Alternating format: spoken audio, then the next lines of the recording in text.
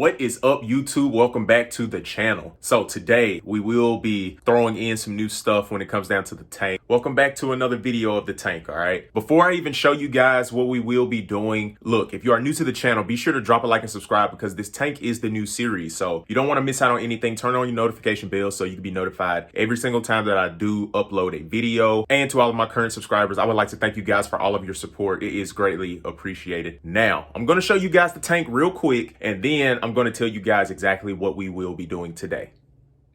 So if you guys checked out the last video, you would know we started to develop some spiderwebbed algae, which is all of that stuff right there that basically looks like spider webs in water. We just ended up getting a little bit more overnight. Nothing too extreme. Now at the back, we do end up having a lot back there, but that's basically the update for the tank as of right now, because I still have to update you guys on what we will be doing. So one last little look at the tank so far. Everything still looks pretty good, looks promising.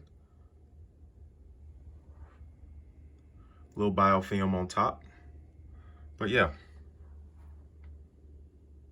So what will we be doing today? I'm glad that you asked me. So today we will be adding some Java moss, a heater. Okay, I finally went out and I bought a heater. Okay, a $15 heater from Walmart. We don't need anything super fancy. We're just trying to get the temperature up just a little bit more with the tank. The highest I could get it to is 60 degrees, okay? When I come in the morning just to check in on the tank, the temp drops to literally like 40, 50 degrees, okay? So a heater was necessary, so we ended up getting a cheap heater, and we will be adding, if I can grab it, Sebastian, the golden Pothos. So today I ended up going out to Worlds Underwater. Okay, that is the store that I go to for all of the plants and anything that I need for the tank. That is the store to go to. So I went out there, ended up getting a bag of Java moss. Shout out to them. And then they actually showed me a tank with a golden Pothos in it. Okay, and it looked super, super dope. And I was like, okay, I'm pulling the trigger. I'm gonna go ahead and do it as soon as I get back home. So that is what we will be doing today. We'll be giving Sebastian a little bit of a haircut, and then we will be putting him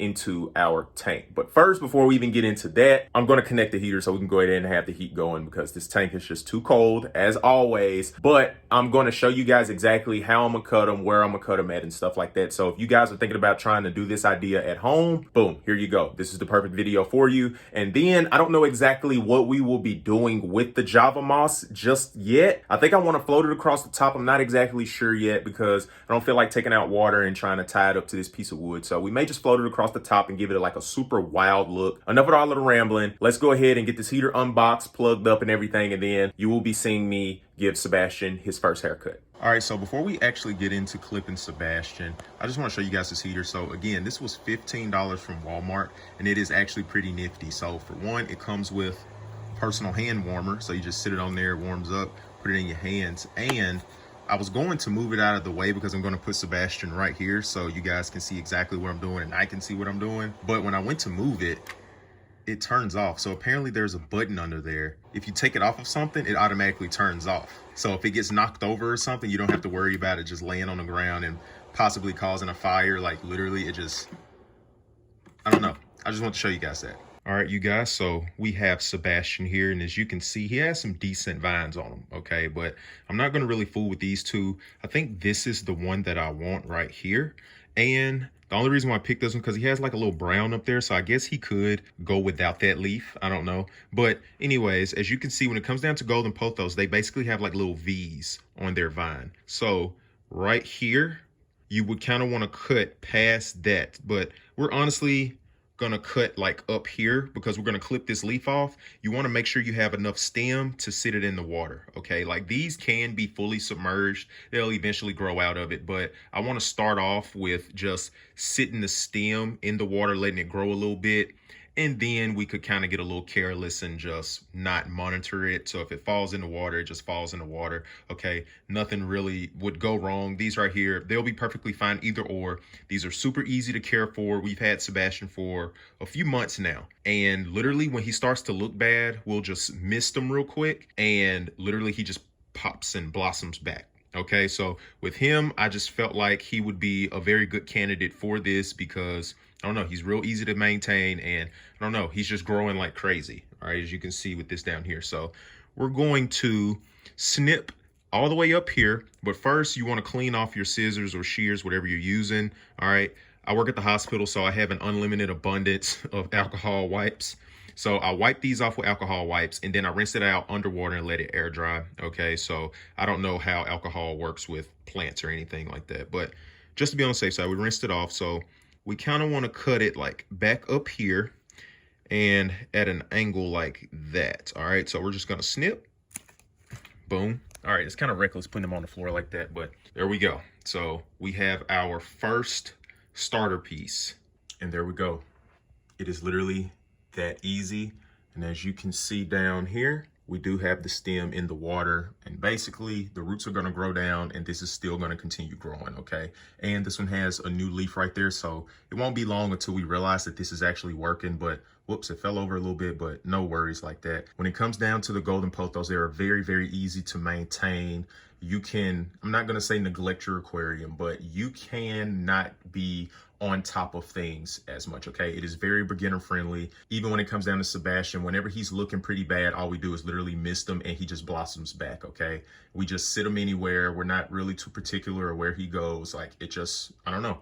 That's the benefits of having a golden pothos. So we're just going to let Sebastian's clippings do his own little thing. And then let's move on to the Java moss. Okay. So when it comes down to Java moss, again, just like the golden pothos, very beginner friendly. This is one of the best plants that you can have, especially if you're going to be having like guppies or like tetras and stuff like that. When it comes down to guppies, they do eat their own offspring. So whenever they do have babies and you have this in your tank, the babies will hide in this and they can still sustain. So if you do plan on like breeding guppies or anything like that, it's best to have this in your tank so the parents won't eat the offspring. All right. And also when it comes down to Java moss, it reduces that ammonia levels inside of your tank. And of course, with it being a plant, provides oxygen along with golden pothos up there. So it is very, very beginner friendly, both of these. So these right here are available almost at any aquarium store. And then a golden pothos, you can honestly go to like Walmart or Lowe's and get a golden pothos for like $5 or $6. But Sebastian wasn't this big when we got him, but